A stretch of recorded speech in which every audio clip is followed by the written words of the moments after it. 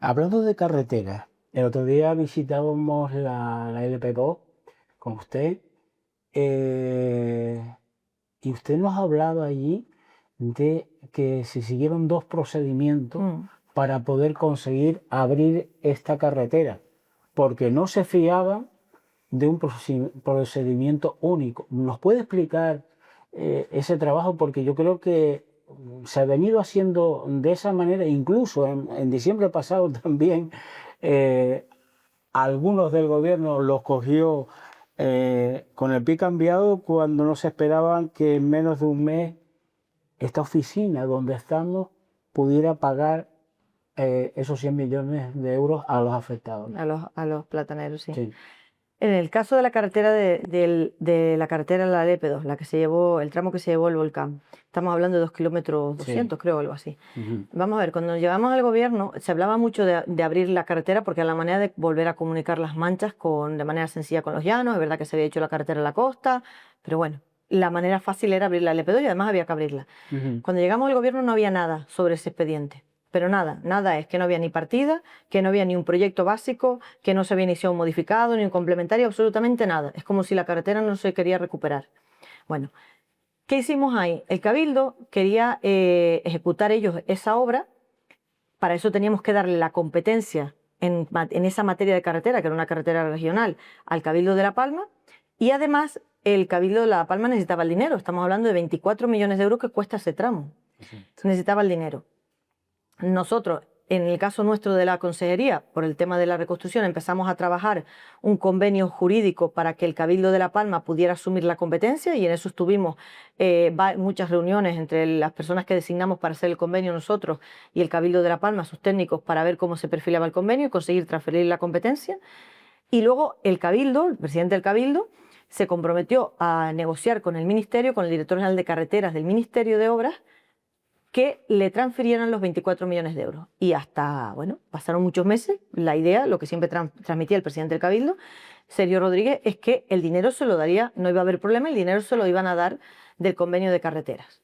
Bueno, nosotros ahí, tanto el consejero de Obras como yo, teníamos la duda de que ese convenio era un convenio firmado entre el gobierno de España y el gobierno de Canarias para darle fondos al gobierno de Canarias para hacer carreteras, que nace en su momento, en el primer gobierno de Aznar, cuando necesitaron los votos de Coalición Canaria en el Congreso para ser presidente del gobierno, porque ahí quien era consejero, que era Antonio Castro, de Obras, busca que se compense que como Canarias no tiene trenes, ni tiene autopistas para conectar una isla con otra, de alguna manera todo lo que se invierte en la península, en trenes, en autopistas, hombre, que en Canarias se invirtieran las únicas carreteras que tenemos, que son las que tenemos en las islas. Y nace ese convenio de carreteras. Pues ese convenio firmado entre el gobierno de España y el gobierno de Canarias era... Nosotros teníamos la duda jurídica de que, por mucho que el director de carreteras del ministerio le dijera al presidente del Cabildo que el dinero salía de ahí, que lo pudiera, el gobierno de Canarias pudiera dárselo al Cabildo, porque en el fondo eso funciona como una subvención. Directa, entonces, ¿qué hicimos? Trabajar en la otra vía, que era la ordinaria. La que quería el Cabildo era la rápida. El Cabildo hubiera podido ejecutar ese tramo de carretera por emergencia, luchó por ese tramo, por hacerlo ellos, hicimos el convenio, que terminó dando el visto bueno el Cabildo para transferir la competencia, porque la obra hubiera estado hecha ya, porque hubiera salido por emergencia. Y porque siempre le dijo el director de carreteras que el dinero se lo darían. Cuando ya estaba todo y superamos la traba jurídica, es decir, cuando ya el convenio había superado todas las trabas y solo faltaba poner el dinero, el director de carreteras le dijo al presidente del Cabildo que, hombre, que para poder dar el dinero había que modificar el convenio de carreteras. Y eso, pues, nos llevaría, con suerte, 2 añitos. ¿Qué ocurre? Que cuando nosotros empezamos con este tema en el gobierno, a la vez que empezamos a trabajar en ese convenio para transferirle la competencia al Cabildo, empezamos a trabajar, la Consejería de Obras Públicas empezó a trabajar en el complementario, que es lo que ha salido. Porque teníamos las dudas de que al final el gobierno de España, aquello que decía que era tan fácil, fuera tan fácil.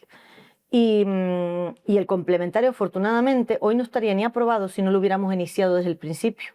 Por eso hicimos 2 vías, la rápida, que hubiera sido la del Cabildo, o la del complementario, que tenía que ir por la vía ordinaria y que no cabía hacerlo por emergencia. Bueno, pues al final logramos aprobar el complementario, que es lo que ha salido. El complementario, y tengo que decirlo, sale en un plazo récord, a pesar de que son meses, porque es que en esto hubo una implicación importantísima de la Dirección General de Carreteras del Gobierno de Canarias, que se empeñó en que esto había que hacerlo rápido, y se le asignan 24 millones del convenio de carreteras que tiene el Gobierno de Canarias. Y al final, pues la obra se inicia, son, si no me equivoco, 12 meses de ejecución, y en el primer cuatrimestre del año que viene la idea es que esté terminada. Bueno, amigos, como decíamos antes, se espera que en los próximos meses se pueda conseguir esas demandas pendientes en el decreto canario. Hay una financiación también adicional del POSEI y compensación también a los migrantes. Un tema también que está a la orden del día, y sobre todo cuando ha habido avalanchas aquí en Canarias de inmigrantes, y ahora mismo la semana pasada lo hubo en Ceuta. Pero nos vamos con el tema de la vivienda. Usted, cuando inicia el gobierno, aparte de la educación y de varias cosas más, dice, es prioritario para toda Canarias la vivienda. Pero si le parece, vamos a centrarnos en La Palma. ¿Cómo están las cosas en el tema de vivienda? Incluso hoy teníamos una nota de prensa que nos convocaban, no pudo ser, para nuevas viviendas en El Paso. Es decir, se está trabajando mucho para poder completar las viviendas de los afectados y de las viviendas que hacen falta para La Palma. Bueno, la vivienda es un problema para toda Canarias. Sí. Se ha convertido en un problema, algo que hace 15, 20 años no era ningún problema, las personas podían hacerse una casa, los edificios, si se construían, los pisos eran razonablemente asequibles. Hoy comprarte algo es muy complicado, incluso trabajando 2 personas es muy difícil hoy acceder a los precios que hay. Ya hacerte una casa, como han subido los precios, es muy complicado. Es un problema estructural. Nosotros además en La Palma hemos tenido el añadido del volcán, que lo que hizo fue quitar un montón de viviendas del mercado. Algunas viviendas vacacionales que estaban en vacacional han pasado a alquiler asequible o las han ocupado sus propietarios, con lo cual las quitas del alquiler asequible, también del alquiler ordinario, y añadido a la pérdida de vivienda que se provocó por el volcán. Nosotros, sabiendo que es un tema estructural, lo que dijimos es, bueno, en La Palma lleva mucha gente durante mucho tiempo esperando por una vivienda pública, sea para alquilar o sea para comprar. La inmensa mayoría quiere vivienda en alquiler. Lo que no puede ser es que el tema del volcán venga a perjudicar la situación de todas esas personas que llevan toda la vida esperando por una vivienda. Hay que poner primero trabajar en la parte normal, la ordinaria, que es la de toda Canarias, incluida La Palma, que es la de vamos a seguir haciendo vivienda, vamos a empezar a hacer vivienda pública realmente, porque la vivienda durante muchos años sufrió un parón. Y vamos a poner un plan extraordinario específico para el tema del volcán.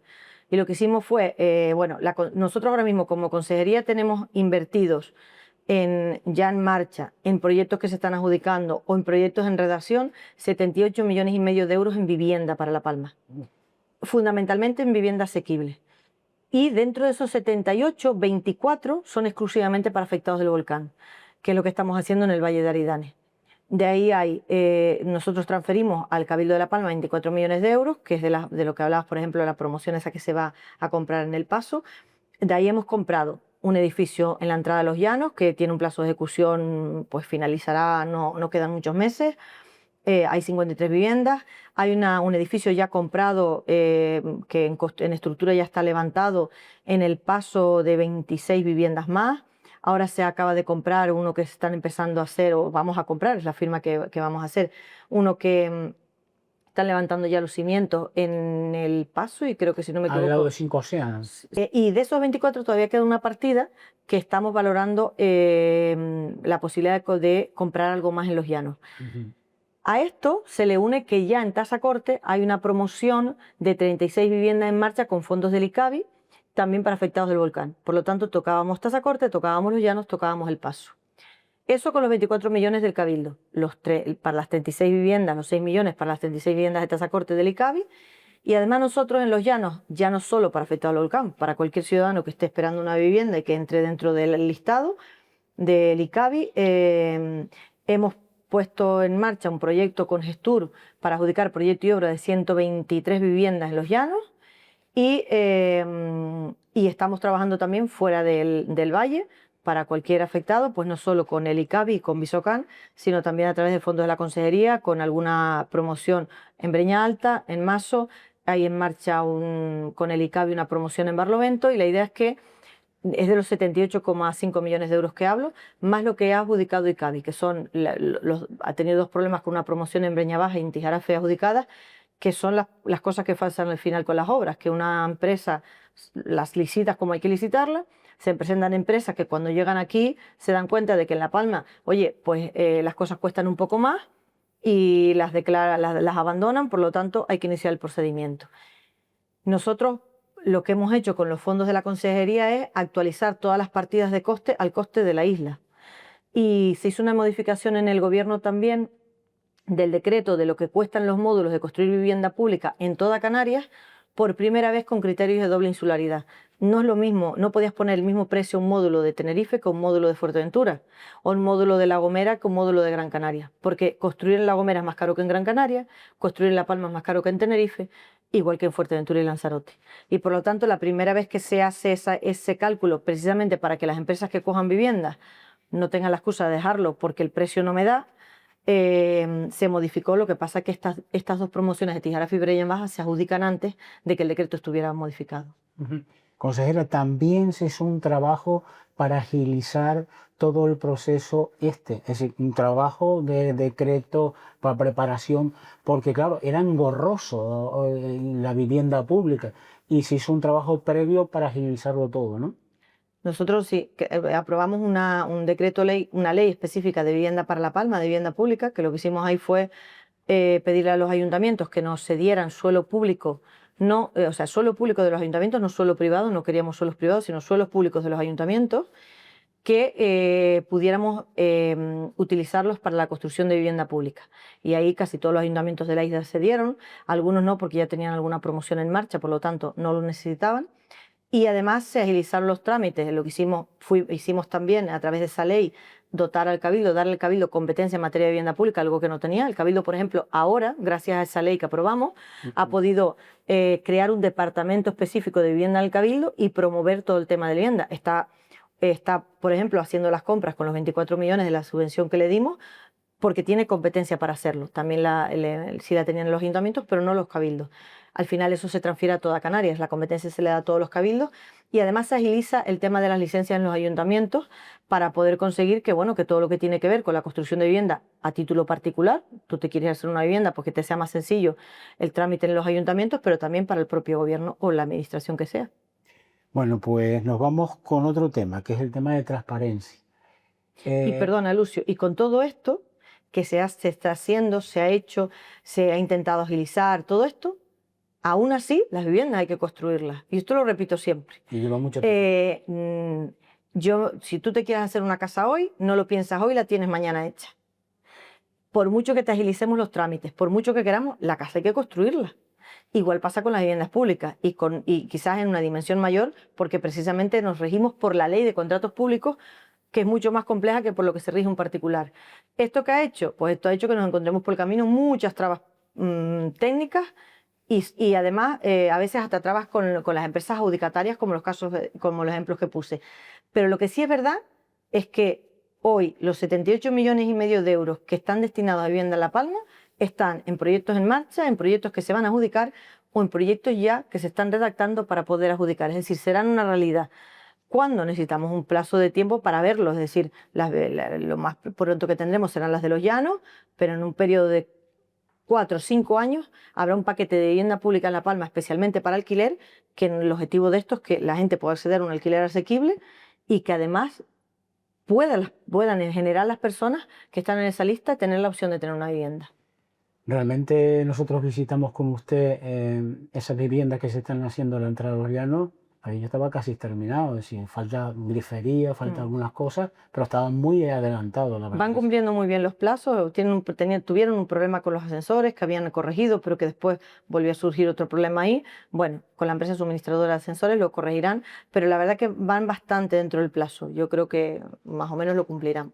Bueno, pues vamos a tratar otro tema, que es el tema de transparencia, que a mucha gente y plataformas les importa mucho. Y usted ha rechazado esas acusaciones de falta de transparencia cuando se dan las compensaciones a los afectados del volcán. ¿Usted me podría explicar por qué? Vamos a ver, hay una petición reiterada del partido, en este caso el Partido Socialista, en el Parlamento. Empezó la diputada Alicia Van Ostende en el año 2024, luego dejó de pedirlo y han empezado otra vez finales del año pasado. También lo han pedido otros diputados del Partido Socialista. Pero lo piden, yo entiendo que sí entienden el sistema, pero aún así lo piden porque es una cuestión política. Al final, el discurso que utilizan es el de, bueno, vamos a ver, a saber lo que le pagan a la gente, como si nosotros, la oficina que monta todos estos expedientes y la consejería, cuando ingresa el dinero a las personas, pues te levantas una mañana y dices, pues a este me cae bien le pago tanto, al otro no me cae bien le pago menos, a este es más bajo le pago aquello y al que es más alto. Eso es lo que, en el fondo, el trasfondo que tiene esto es ese, porque incluso ha habido algún titular de alguna nota de prensa de estos diputados en los que dan a entender a saber cómo hacen este tema. Bueno, lo primero que quiero decir con esto es que el sistema del plan de compensaciones por valor de lo perdido de las personas afectadas pasa por 14 pasos administrativos y lo tocan distintas consejerías. Los expedientes, como sabe todo el mundo que es afectado, los monta la oficina de GESPLAN que está en Los Llanos. Esos expedientes tienen que pasar por los funcionarios de carrera de la Viceconsejería de Reconstrucción de La Palma, que están en mi consejería, y tener informe jurídico e informe técnico favorable. Una vez que consiguen ese informe, si es una vivienda, un inmueble, pasa a la Consejería de Política Territorial que dirige Manuel Miranda. Ahí está el jefe de área de urbanismo de Canarias, una persona con experiencia que se iba a jubilar en el año 2024 y que decidió prorrogarlo para poder concluir con el tema de la reconstrucción de La Palma. Jefe de área que hace el informe técnico de toda esa vivienda y supervisa absolutamente todo el expediente. Le puede dar el visto bueno o no. Y además pasa por el filtro jurídico, como decía, correspondiente de la Secretaría General Técnica de nuestra consejería. Es el siguiente paso. Si fuera una finca agraria, pues en lugar de ir al jefe de área de la Consejería de Política Territorial, va al jefe de servicio de la Consejería de Agricultura. Y valora, vuelve a revisar el expediente, le da el visto bueno o no le da el visto bueno, aparte del informe jurídico correspondiente. Todos llevan informe técnico e informe jurídico. Después que se consigue ese informe técnico y ese informe jurídico, vuelve a la consejería nuestra y tiene que validarlo el servicio jurídico de la Secretaría General Técnica, que también puede decir, aquí hay un error, no hay un error, seguimos, no seguimos. Con todo eso, vuelve a la viceconsejería, que monta el expediente definitivo y la orden de pago. Y una vez montada la orden de pago, se firma la orden de pago, pasa a la Consejería de Hacienda, que es con la Dirección General del Tesoro, que es la que supervisa el pago definitivo. Todo eso que he contado así y los distintos pasos en la consejería conlleva 14 pasos administrativos. Puede ser que la Consejería de Política Territorial diga esto está mal, se vuelve para atrás el expediente, se corrige lo que está mal y se vuelve a enviar. Puede ser que lo diga la Consejería de Agricultura. Hasta ahora la realidad es que yo no sé ningún caso de un expediente que se haya vuelto para atrás, puede ser que haya habido alguno, por la sencilla razón de que los expedientes cuando salen de la oficina de GESPLAN han estado vistos por distintos técnicos, ahí hay arquitectos, hay geógrafos, hay ingenieros agrónomos, hay juristas que supervisan, no una persona, muchos ojos técnicos supervisan los expedientes. Dicho esto, es muy complicado que el criterio para pagarle algo a alguien sea es que me cae bien o me cae mal, es que es más alto o es más bajo, eso que intenta insinuar el Partido Socialista. Entre otras cosas porque le pagarían al que le cae bien al técnico, o al más alto que le cae bien al técnico, o al más bajo que le cae bien al técnico, porque yo no pago. Pero nuestra consejería firma la orden que termina pagando la Consejería de Hacienda. Vale. Con todo esto, ¿por qué no? O sea, nosotros publicamos cada 3 meses en la página de transparencia y se publica en el Boletín Oficial de Canarias todos los pagos que hacemos en esos 3 meses anteriores, con la cantidad exacta que se paga, las referencias, etcétera. ¿Qué es lo único que no publicamos? El nombre de la persona que recibe el dinero. Pero es que estamos hablando del patrimonio de una persona. Claro. Y no solo hablamos de patrimonio de una persona, sino que estamos hablando de que esto no es una subvención, como intenta decir los diputados del Partido Socialista. Estamos hablando de que todo este sistema que hemos montado, tanto el de que la gente pueda hacerse su casa con las leyes que hemos aprobado o la finca, y el de los pagos se basa en un derecho que hemos creado en Canarias para los afectados del volcán de La Palma y que no existe en ninguna otra norma ni en ninguna otra comunidad autónoma de España, que es el derecho a ser compensado por el valor de lo perdido. Y hemos creado ese derecho no porque nosotros hayamos sido los únicos que lo hemos pensado, sino porque era la manera de montar este sistema, no existe en ningún otro sitio y además, cuando se aprueban las leyes en el Parlamento, primero decretos y luego leyes, estuvimos 1 año y medio de debate con el Gobierno de España, los servicios jurídicos del Gobierno de Canarias, que no dependen de mi consejería, sino de Presidencia del Gobierno, servicios jurídicos, los letrados del Gobierno y los letrados del Ministerio de Política Territorial, del ministro Torres, estuvieron 1 año y medio debatiendo las dos leyes. Porque el Ministerio de Política Territorial consideró que podíamos infringir alguna norma estatal, se debatieron, se concluyó que ni eran inconstitucionales ni contradecíamos ninguna ley del Estado y de hecho no corregimos absolutamente nada de las leyes porque nos dieron el visto bueno después de 1 año y medio. ¿Eso qué supone? Eso supone que el derecho a ser compensado por el valor de lo perdido, que es una compensación económica, no una subvención, ha quedado blindado dentro del ordenamiento jurídico español, es decir, dentro del derecho español, que incluye el canario y el de todas las demás comunidades, y valida el sistema de pagos.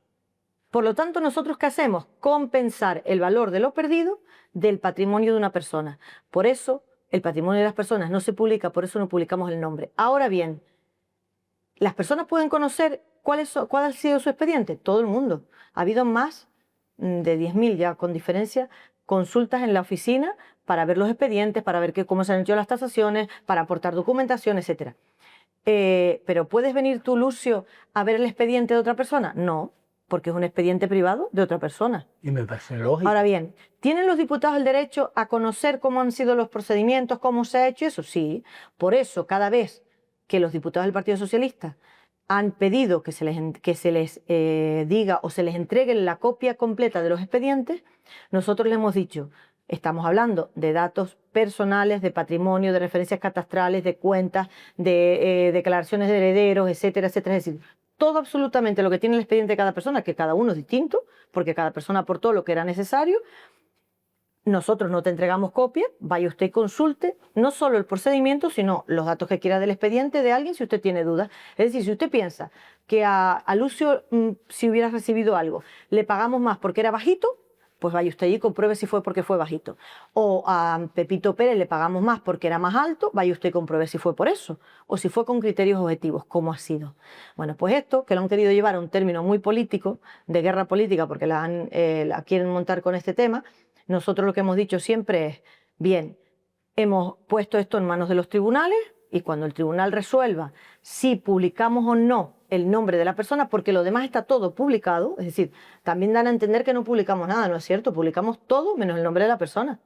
Exactamente. Están todas las cantidades. Si el problema está en saber cuánto hemos pagado, vaya usted, sume las cantidades, ahí las tiene todas, sume, para que vea todo lo que hemos compensado. Pero no te ponemos el nombre de Pepito Pérez recibió 333.000 euros o Juanito Pérez recibió 60.000 y todos los expedientes de pago llevan descontados. Los 60.000 euros sí los recibieron, los 30.000 sí los recibieron, el consorcio de seguros sí los recibieron. Bueno, amigos, me han solicitado muchos agricultores en el tema de la reconstrucción. Cuando vayas a hacer una entrevista a Nieves Ley Barreto, pregúntale por cuándo se pagan los kilómetros productivos, las vías, cuando se abre, cuando se llevan los regadíos, todas esas cosas.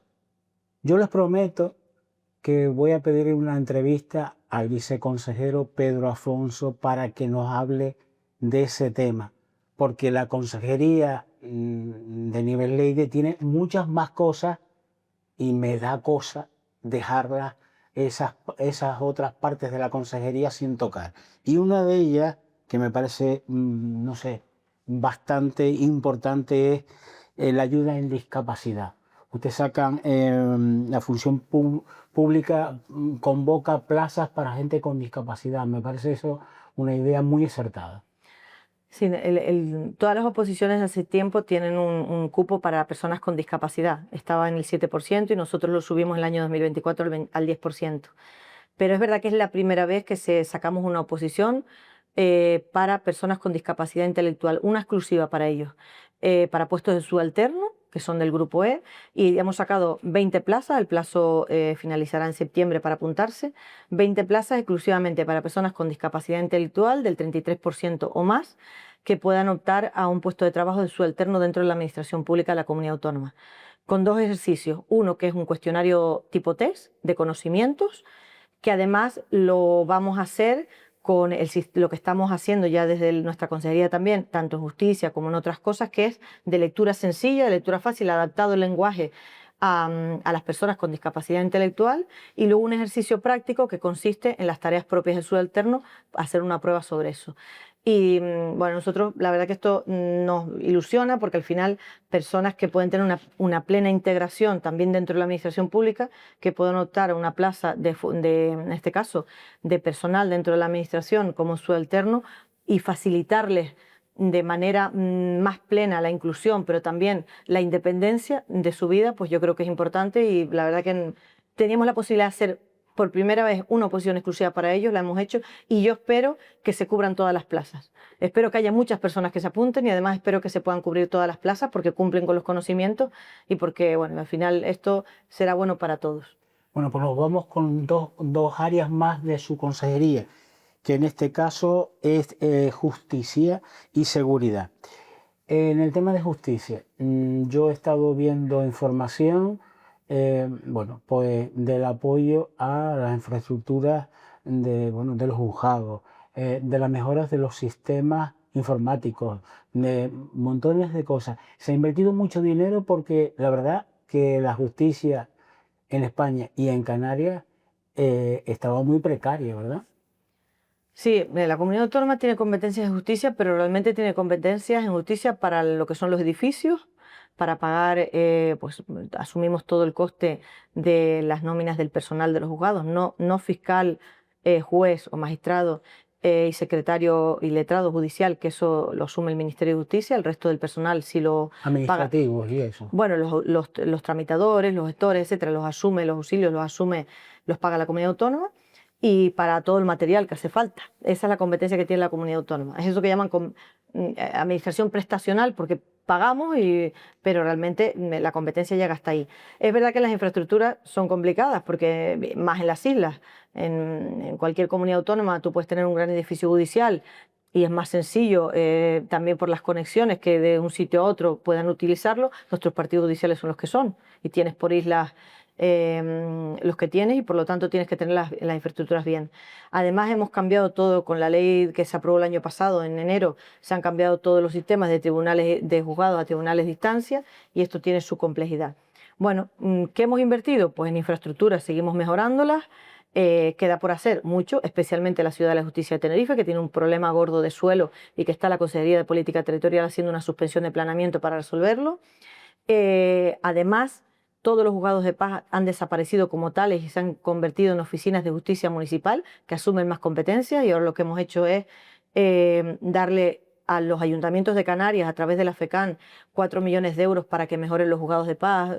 En muchos sitios los juzgados de paz suele ser aquel cuartito chiquito que me queda allí, sí, que la puerta casi no me abre y ahí meto el juzgado. Bueno, hoy no puede ser eso, porque los juzgados pueden hacer vistas, ahora los actuales juzgados de paz pueden hacer vistas, tienen más competencias, pues les hemos dado dinero a los ayuntamientos para que mejoren los espacios, para que los adapten, para que tengan mejores medios, y luego en materia de material pues hemos invertido también bastante dinero a lo largo del año pasado.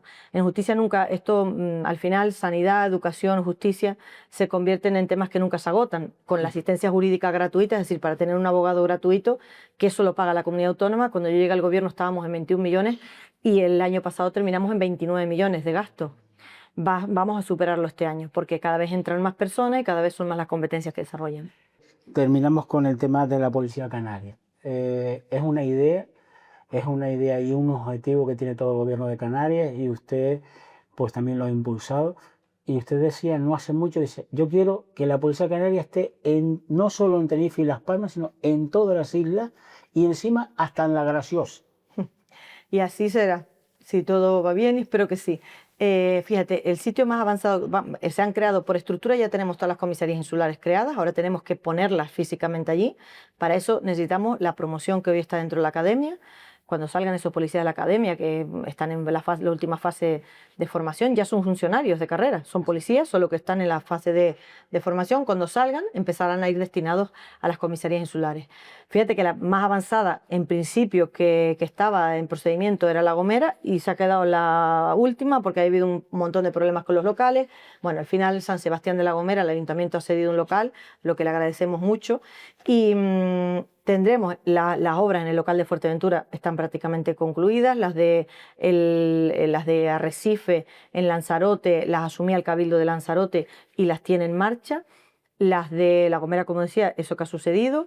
En el Hierro el local está, falta hacer una pequeña adaptación, y para eso el Ayuntamiento de Frontera colaboraba. Y en el caso de La Palma, no podíamos ir a un local cedido porque no había local cedido donde meterlo. Nosotros nos habíamos comprometido a que la policía debía estar en Los Llanos, puesto que Santa Cruz de la Palma, la comarca, en el caso de Santa Cruz de la Palma, tiene no solo Guardia Civil, sino Policía Nacional, pues ponerla aquí. Y hemos tenido muchos problemas con el local. Finalmente, bueno, no quiero ni decirlo, cruzamos los dedos, hay una posibilidad ahí de cerrar un local, y nuestra intención es que definitivamente lo dejemos cerrado y podamos también, una vez que acabe la promoción, ponerlos y abrir la comisaría en Los Llanos. Bueno, pues esto ha sido todo. Quedan muchos temas, pero seguiremos tratando de seguir hablando con nuestra consejera, por ejemplo, temas como memoria histórica, un trabajo intenso, y otros temas de su consejería. Nieves, muchas gracias por este rato que has estado con nosotros, y seguiremos pulsando tu opinión. Bueno, muchas gracias, Lucio, y un saludo afectuoso para todos.